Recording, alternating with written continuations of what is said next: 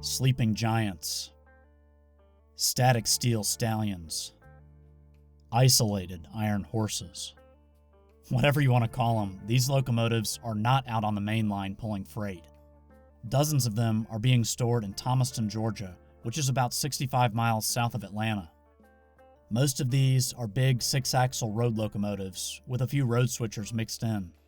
When I visited this location in January of 2022, there were engines from Norfolk Southern and Kansas City Southern. But all the KCS units now had PRLX or Progress Rail Services Corporation reporting marks on them. Some of the Norfolk Southern units also had PRLX reporting marks. Now, I would imagine you guys want a closer look at the collection here. We'll start with something you diehard rail fans will love, a Kansas City Southern Gray Ghost. This one is an EMD SD70 MAC or MAC.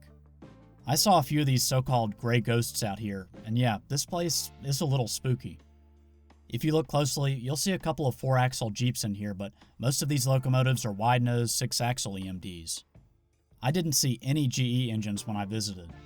Let me make one little note here. I shot this footage using my drone and the zoom lens on my camera. I don't endorse trespassing, and this was the safest way to get shots of some of these engines. Now, we just looked at a Gray Ghost, but the KCS colors you'll see the most out here make up what's called the Southern Belle paint scheme. And I think this is one of the best paint schemes of all time. Of course, a line has been spray painted through the Kansas City Southern text and logos.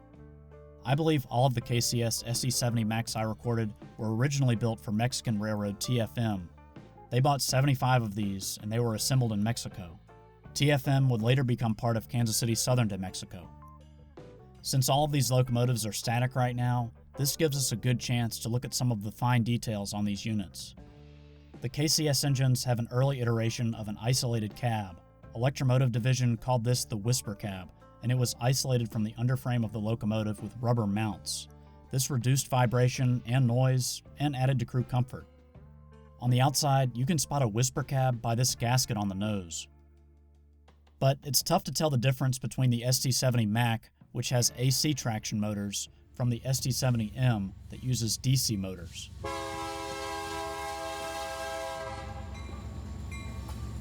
The stored locomotives in Thomaston aren't all in one place. The ones in this line are sitting in a neighborhood. I'll bet some of you would love to walk out of your front door and see this. And here's the builder's plate on one of those. Okay, not all the engines out here are as colorful as the Southern Belles. A lot of them once pulled freight for Norfolk Southern and are painted in the company's standard black and white paint scheme.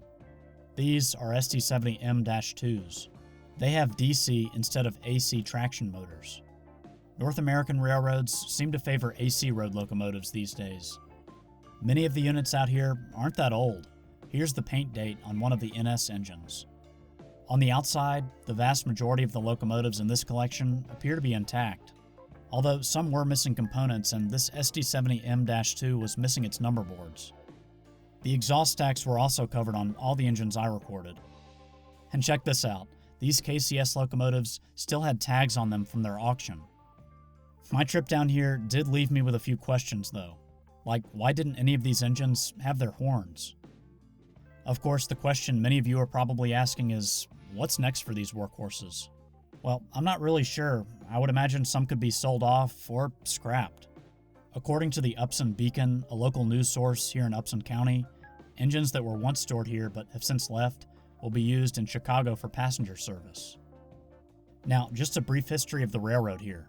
Cater Parrott RailNet began operating this line in 2016. The line was once operated by Norfolk Southern and its predecessors, most notably the Central of Georgia. Now, this is an active railroad with customers along the line. Cater Parrott interchanges with Norfolk Southern about 17 miles northeast of Thomaston in Barnesville, Georgia. The NS main line there is also ex-Central of Georgia. It's not uncommon for smaller operations to store rail equipment. The Hartwell Railroad in northeast Georgia stores dozens of rail cars along its line. In the end, all private railroads are businesses, and they sometimes have to find innovative ways to make money.